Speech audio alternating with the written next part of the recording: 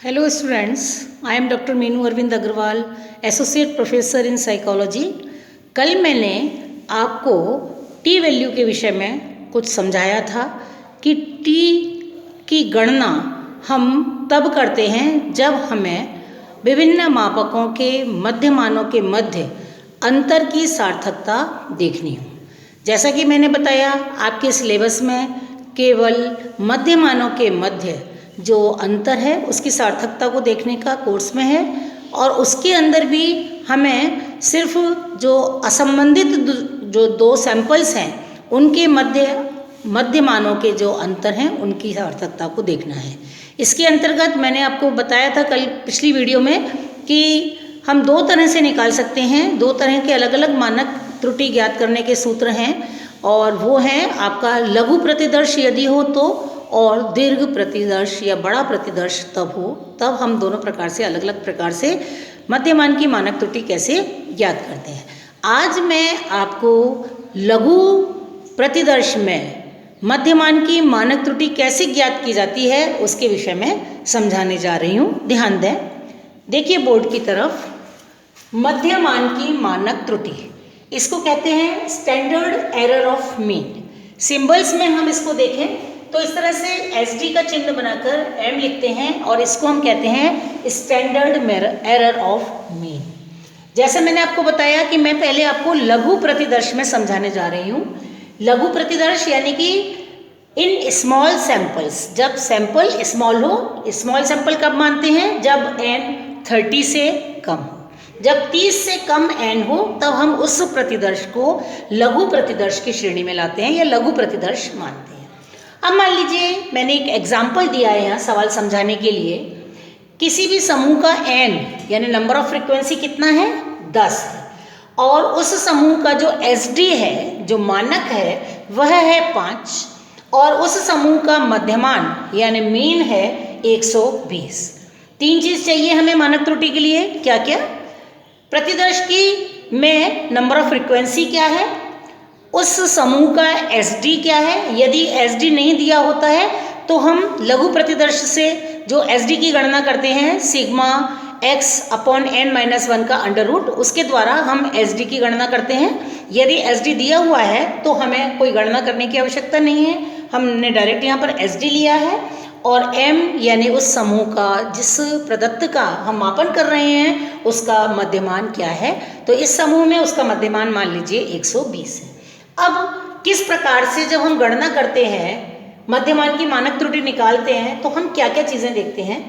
मैंने यहाँ लिखा है DF यानी डिग्री ऑफ फ्रीडम। जब मैंने आपको कोरिलेशंस समझाए हैं वहाँ मैंने आपको DF का बताया है कि DF किस तरह से निकाला जाता है, लेकिन यहाँ पुनः मैं आपको बता रही हूँ कि मध्यमान की जब मानक त्रुटि निकालते हैं तो वहाँ भी DF का फॉर्मूला n-1 लगता है। n यानी समूह का जो n का नंबर है, यहाँ पर 10 है, 10 में से 1 माइनस किया अर्थात 9। इस समूह में जो DF की वैल्यू प्राप्त हो रही है वो कितनी प्राप्त हुई है? 9। अब हमें क्या करना है कि हमारी जो स्टैटिस्टिक की बुक होती है या लॉग टेबल होती है उसमें T का मध्यमान दिया रहता है, T की वैल्यू दी रहती है।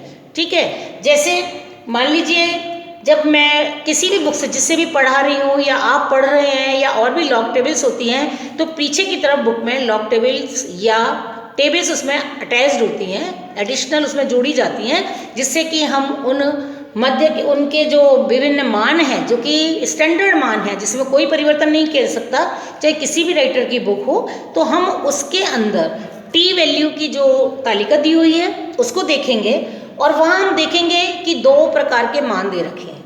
एक एट 0.05 लेवल, सार्थकता का स्तर है ये 0.05 लेवल, और 0.01 लेवल। 0.05 लेवल का मतलब है कि हम किसी भी जो मध्यमान की गणना हमने अंतर की है उसका जो मान प्राप्त हो रहा है उसको हम 95 विश्वास के साथ में उसको स्वीकार करते हैं, हाइपोथेसिस को। 95% उसमें शुद्धता की, उसमें सार्थकता के स्तर की जो कहना चाहिए गुणवत्ता है वो 95% है।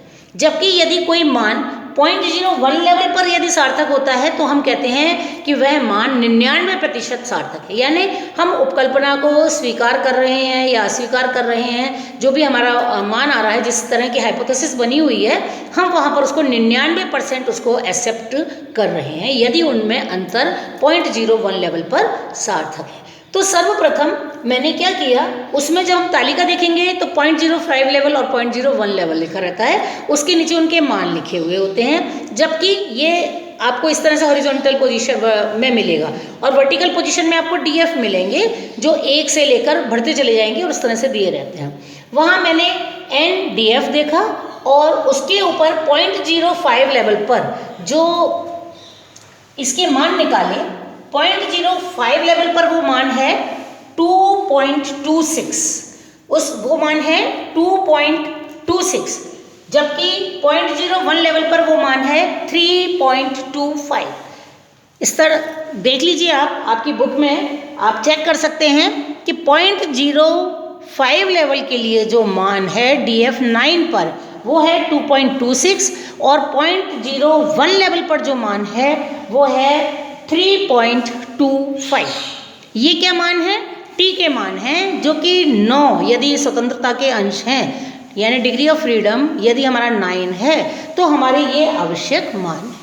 यहाँ तक आपको बात समझ में आई कि जब हम लघु प्रतिदर्श में जा रहे हैं तो हमें सबसे पहले उसके T मान हमने यहाँ पर निकाले और T की वैल्यू के साथ में जब हम इसकी मध्यमान की गणना करते हैं वो किस तरह से करते हैं वो मैं आपको नेक्स्ट आगे के स्टेप में समझाता हूँ। देखिए, स्टैंडर्ड एरर ऑफ मीन, ये सिंबल मैंने आपको यहाँ समझाया था, स्टैंडर्ड एरर ऑफ मीन का ये सिंबल है। Standard error of mean equal to या is equal to SD upon n का अंडर रूट n माइनस 1, यानी n है हमारा यहाँ पर 10, जो सवाल मैंने आपको दिया है यहाँ पर मैंने समझाया था, n दिया हुआ है 10 और SD की वैल्यू यहाँ पर दी हुई है 5, तो 5/10 माइनस 1 यानी 9, और 9 का जब हम अंडर रूट करेंगे तो क्या आ जाएगा 3 से जब हम 5 में भाग लगाएंगे तो वैल्यू हमें क्या प्राप्त हो जाएगी 1.6। ये क्या निकल के आई? Standard error of mean. Standard error of mean निकालने का फॉर्मूला क्या है?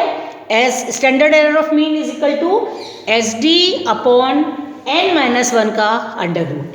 ठीक है, जो सवाल दिया गया था उसके हिसाब से, उसके अनुसार जब हमने संख्याएं लगाई तो SD की वैल्यू क्योंकि 5 दी हुई है बटा n-1 9 आया, 9 का जब अंडर रूट किया तो वो 3 आया, 3 से जब 5 में भाग लगाया तो वो वैल्यू हमें प्राप्त हुई 1.6। इस प्रकार से SD जो स्टैंडर्ड एरर ऑफ मीन है वो हमें क्या प्राप्त हो गया 1.6। अब मैंने आपको जो अभी थोड़ी देर पहले बताया कि हम किस तरह से इसमें हम अंतर देख सकते हैं, यानी हमारे पास 2 तरह के मध्यमान हो गए। एक तो मध्यमान हमारे पास वो हो गया जो कि हमें हमें दिया हुआ है, दिया हुआ क्या है हमारा 120।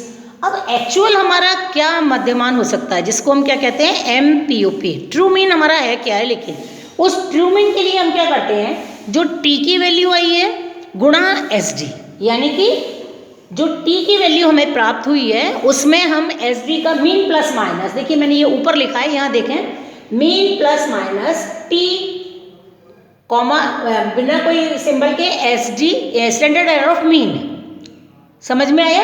Mean plus minus T into standard error of mean. यदि कि मीन हमारा कितना है 120, 120 में हम प्लस माइनस करेंगे कौन सी संख्या को, T into standard error of mean. T हमारी, हम पहले 0.05 लेवल को समझेंगे। 0.05 लेवल पर हमारी वैल्यू है 2.26, 0.05 लेवल पर T की वैल्यू क्या आ रही है 2.26 और हमारी SD क्या आई है 1.6, तो हमने 2.26 को मल्टीप्लाई किया 1.6 से, और जब हमने इसको मल्टीप्लाई किया तो ये वैल्यू आ गई हमारी 3.61। अब 3.61 को हम मीन प्लस माइनस, यानी जो मीन की वैल्यू है उसमें एक बार घटाएंगे और एक बार बढ़ाएंगे, तो हमारी ये जो इसका विस्तार है, जो इसका फैलाव है कि कहाँ से कहाँ तक मध्यमान हमारा एक्चुअल में हो सकता है, ट्रू मीन हमारा कहाँ हो सकता है, तो वो सीमाएं निकल कर आ जाएंगी।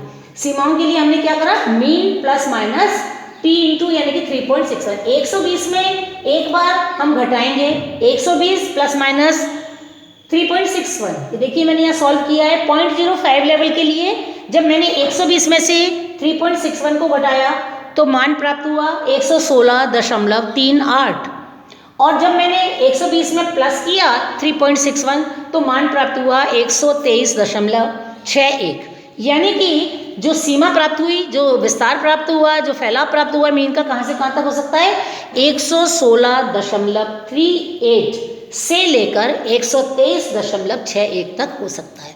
इसका अभिप्राय क्या हुआ कि जो मीन है, ट्रू मीन जो है, वास्तविक मीन जो है, MPOP जो है, वो जो हमें मीन दिया हुआ है उससे प्लस माइनस दोनों साइड हो सकता है, उसका फैलाव जो है दोनों तरफ हो सकता है। और 95% हम विश्वास के साथ, क्योंकि हमने ये 0.05 लेवल पर देखा है, तो 95% विश्वास के साथ में हम ये कह सकते हैं कि हमारा एक्चुअल मध्यमान, हमारा ट्रू मध्यमान, हमारा वास्तविक मध्यमान इन सीमाओं के मध्य होगा। इसी प्रकार से जैसे हमने 0.05 लेवल को समझा है, हम 0.01 लेवल को समझने का प्रयास करेंगे। जैसा आपको बताया 0.01 लेवल के लिए वैल्यू क्या है हमारी, 3.25। 3.25 को किससे गुणा करना है, टी की वैल्यू से, sorry standard error of mean की वैल्यू से। टी की वैल्यू तो यही है 3.25। टी को गुणा किया स्टैंडर्ड एरर ऑफ मीन से, जो क्या आया है 1.6। 3.25 को मल्टीप्लाई किया 1.6 से और उसकी वैल्यू गणना करने पर हमें प्राप्त हो रही है 5.20। किसका किससे गुणा किया, टी की वैल्यू का, जो कि 0.01 लेवल पर दी हुई है DF9 के लिए, वो है 3.25। उसको हमने गुणा किया जो स्टैंडर्ड एरर ऑफ मीन इस सवाल की निकल के आई है 1.6 उससे। तो जब हमने 3.25 को 1.6 से मल्टीप्लाई किया तो मान प्राप्त हुआ 5.20। अब वही plus minus mean plus minus 5.20। एक बार हमने उसमें प्लस किया और एक बार हमने उसको घटाया। घटाने पर प्राप्त हुई 114.80 और बढ़ाने पर हमें प्राप्त हुई, घटाने पर प्राप्त हुई 114.80 और बढ़ाने पर प्राप्त हुई 125.20, 125.20। यानी कि 99% हम विश्वास के साथ तो ये कह सकते हैं कि हमारा जो मध्यमान है, एक्चुअल जो मध्यमान है, जो ट्रू मीन है, वो किन सीमाओं के मध्य मिल सकता है, हो सकता है। उसकी सीमा है 0.01 लेवल पर 114.80 से 125.20 तक, 125.20 तक। तो यहाँ मैंने आपको इस सवाल में क्या क्या समझाया।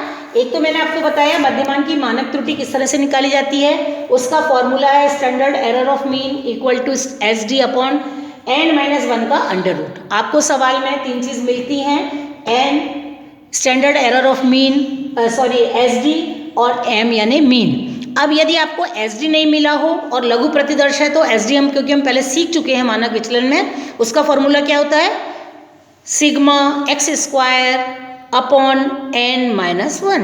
आपने उसका अंडर रूट किया और वो आपका SD प्राप्त हो गया। यदि आपको SD दिया हुआ है, इस सवाल में डायरेक्ट SD दिया हुआ है, तो आप संख्याओं को यहाँ पुट करके और प्राप्त कर लेंगे मान स्टैंडर्ड एरर ऑफ मीन का, जो निकल के आ गया 1.26।